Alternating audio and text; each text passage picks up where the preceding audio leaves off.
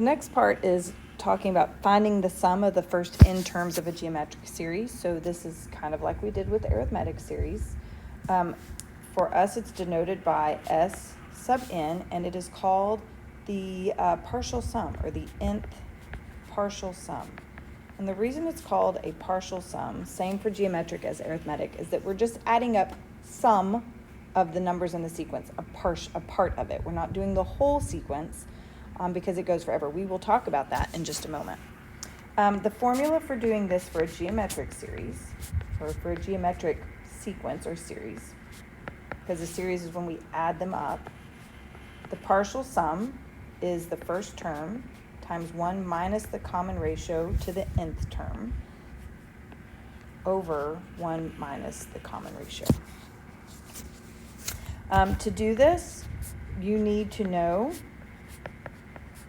what the first term is. So we need to know a sub 1.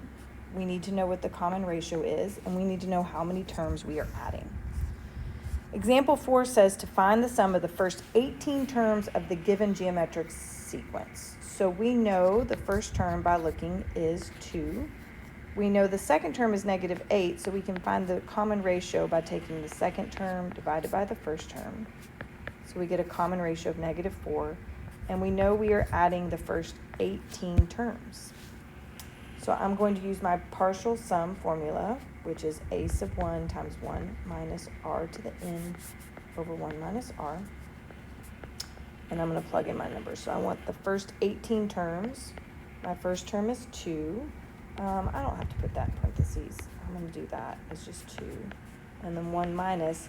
I am going to put my ratio in parentheses because it is negative, and I want to be really careful with that negative, okay? And then this is going to be 1 minus negative 4. All right, so I'm going to type that into my calculator exactly as it is, and when I get done, I'm going to have a really large number. Negative 27,487,790,694. That is your final answer. Example 5 is going to be one where you are given a series in summation notation, but we are going to use our partial sum formula to evaluate it. 6 times 2 to the I. All right, so we're going to do some things here. We need to figure out what a sub 1 is. So we're going to find a sub 1 by using the formula, 6 times 2 to the first. So that's just 6 times 2, which is 12. Then I'm also going to find a sub 2 so I can figure out my common ratio. So a sub 2 is going to be 6 times 2 squared. Oops, that's kind of messy. And that's going to be 6 times 4, which is 24. So to get my common ratio, I can do my second term divided by my first, which is a common ratio of 2.